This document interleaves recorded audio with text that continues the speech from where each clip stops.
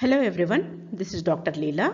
The topic I am going to discuss is on equity share capital. Please do subscribe my equity share capital. Before discussing it, let us know what is meant by share and how many kinds of shares are available in our country. Share. A share, it is a small unit of capital of a company, or when capital of a company is divided into number of equal parts and each part is called as share. Kinds of share. Before enactment of Companies Act 1956, our country companies used to raise funds by issue of three types of shares. One is preference share, second one is equity, or it is also called as ordinary share, and the third one is deferred share. But after the enactment of Companies Act 1956, it has limited to only two types of shares, that is preference share and equity share. But Companies Act 1956 was repealed from 30th Jan 2019 and it is not totally repealed. Some sections of the Companies Act 1956 are still applicable. Now at present, Companies Act 2013 came into force on September 12, 2013 in order to bring corporate governance and regulation practices in India at par with the global best practices. Equity share. Equity means equal. Equity share is a share that gives equal rights to the holders. Equity shareholders will share the reward and risk that is associated with the ownership of the company. That's the reason these equity shareholders are called as real owners of the company, and they are paid dividend at the rate that is recommended by the board of directors, and this dividend rate depends upon the profits that are earned by the company. If higher profits are earned by the company, then higher rate of dividend is paid to the equity shareholders. If lower profits, lower rate of dividend is paid to the equity shareholders. And in some cases, what happens if the company is not earning profit, that is if no profits, no dividends will be payable to the equity shareholders. Features. Features are permanent capital, residual claim to income, residual claim to assets, voting rights, preemptive right and limited liability. Let us go into detail. Permanent capital. Permanent capital means equity is the permanent source of finance for the company and can be redeemed or refunded only at the time of liquidation, that too after meeting all the obligations of the company. Equity shareholders cannot sell the share to the company, but they can buy or sell in the stock market. Then, when can the shareholders sell the share to the company? If shareholders can sell the share to the company if the company gives you a buyback offer. And one thing to be noted that there is no agreement between the equity shareholders and the company with regard to the refund of the capital. And the second one is residual claim to income.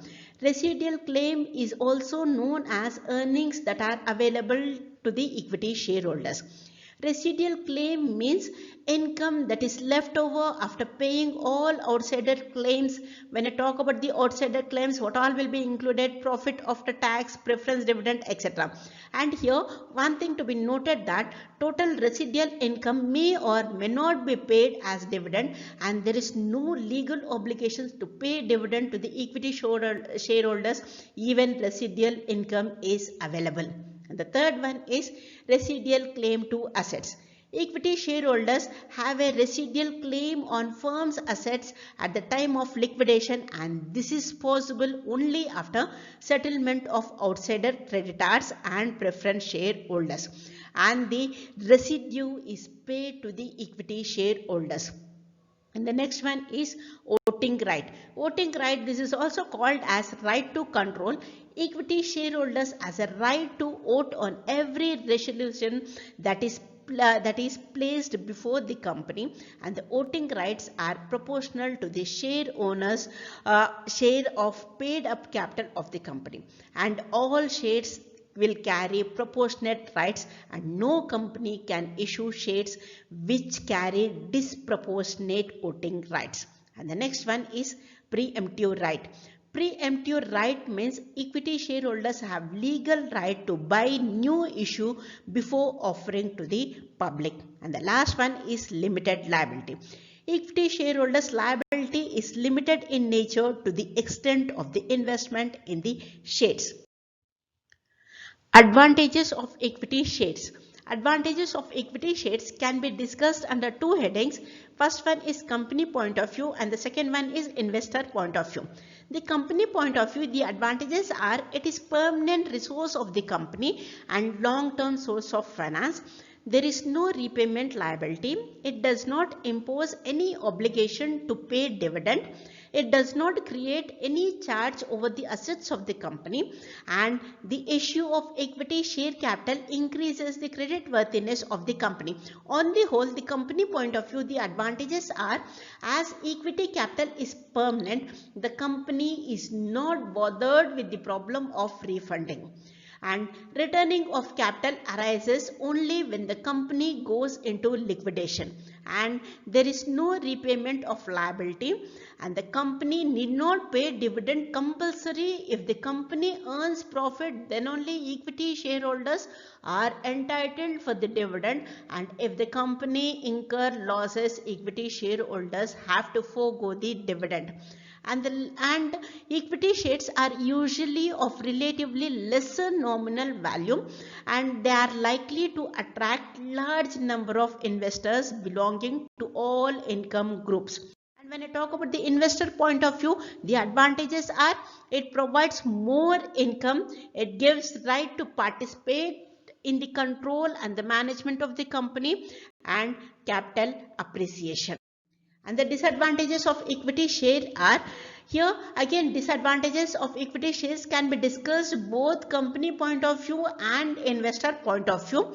Company point of view, the disadvantage is it is high cost source of finance, and it has high floating cost. Issue of additional shares, it dilutes control, and it don't have any tax advantage, and it makes capital structure rigid.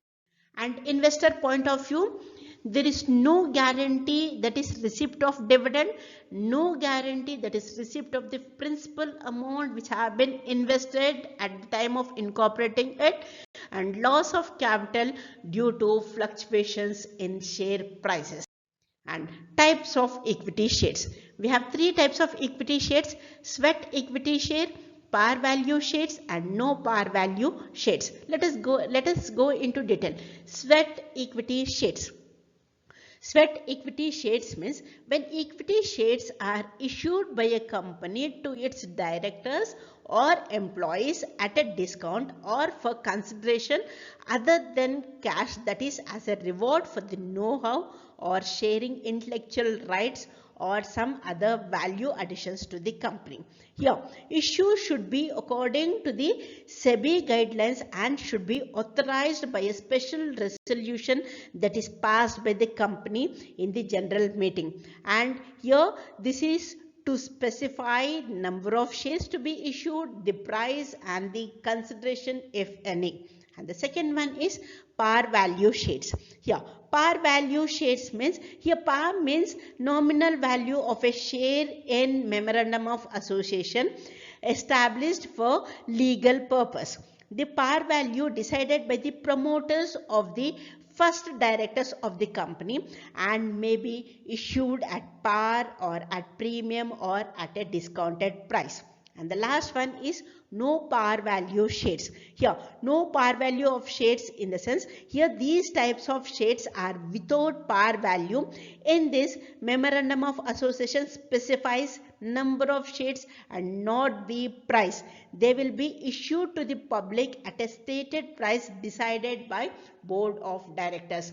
And here in India, according to the Indian Companies Act, here law does not allow the Indian companies to issue no par value of shares, but in America and Canada, no par value shares are more popular.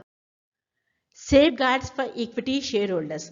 From the disadvantages, it is clear that holding equity shares is not safe, and it is necessary to protect the equity shareholders against the manipulations and misdeeds of the management. Therefore, the government through its corporate legislation seeks to protect the equity shareholders by conferring certain rights, and the rights are right to vote, right against ultra-vires acts of the company, preemptive right, right to have knowledge of company affairs, and right to transfer the shares.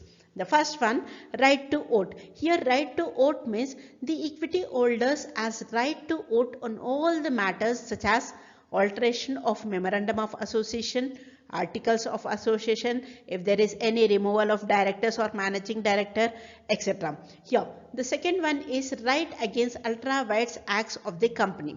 If the company enters into any agreement against the provisions of the memorandum and articles of association and trying to expose the investors to risk which is not mentioned in these documents, then the shareholders can initiate legal action to prevent the company from enforcing such actions. And the next one is preemptive right. Here preemptive right means the right to allotment of new issue of securities on pro rata basis by preserving the existing interest on assets and the control of the company. The next one is right to have knowledge of company affairs. The equity shareholders have a fundamental right of being informed about the various developments that is taking place in the organization, and here they have every right to inspect and refer the records, accounts, books of the company during the business hours. And the next one is right to transfer the shares. The equity shareholders of public limited companies can sell or transfer their holdings and can convert them into cash. This right enables the equity holders to decrease their loss in the event of unsatisfactory business conditions. And in addition to the above rights, the equity shareholders have other privileges like participating in exceptional profits and right to share in the residual assets after satisfying the creditors and preference shareholders at the time of winding up of company. Thank you.